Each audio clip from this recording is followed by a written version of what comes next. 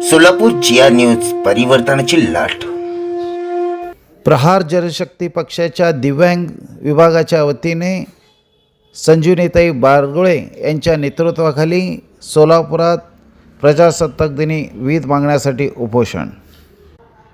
सोलापुरात प्रहार जनशक्ती पक्षाच्या अपंग विभागाच्या वतीने जिल्हाध्यक्ष संजीवनीताई बारगुळे यांच्या नेतृत्वाखाली विविध मागण्यासाठी सोलापुरात आंदोलन करण्यात आला।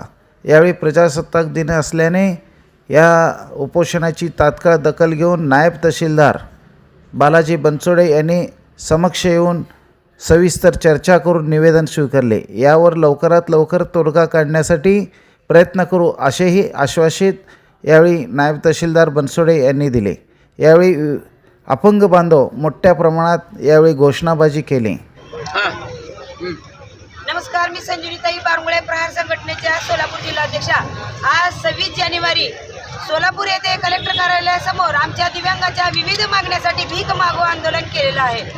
सकाळी 6 वाजल्यापासून पूर्ण जिल्ह्यातून आमचे दिव्यांग बांधव आमच्या दिव्यांगाच्या मागण्यासाठी ठिय्या आंदोलन, भीक मागो आंदोलन केलेलं आहे।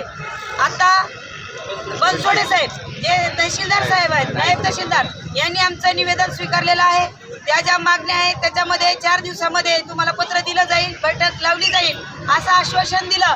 म्हणून आम्ही आज त्यांना निवेदन देऊन आज आंदोलन स्थगित करतोय। परंतु ज्या दिवसामध्ये जर आमच्या प्रहार संघटनेच्या माध्यमातून ज्या काही दिव्यांग बांधवाच्या मागण्या आहेत आजच्या जर मंजूर झाल्या नाही, त्याची बैठक लावली नाही, तर येत्या काळामध्ये प्रहार संघटनेच्या माध्यमातून कलेक्टर कार्यालयाच्या कलेक्टर साहेबांच्या खुर्शीला घेराव घातल्याशिवाय प्रहार संघटना गप्प बसणार नाही।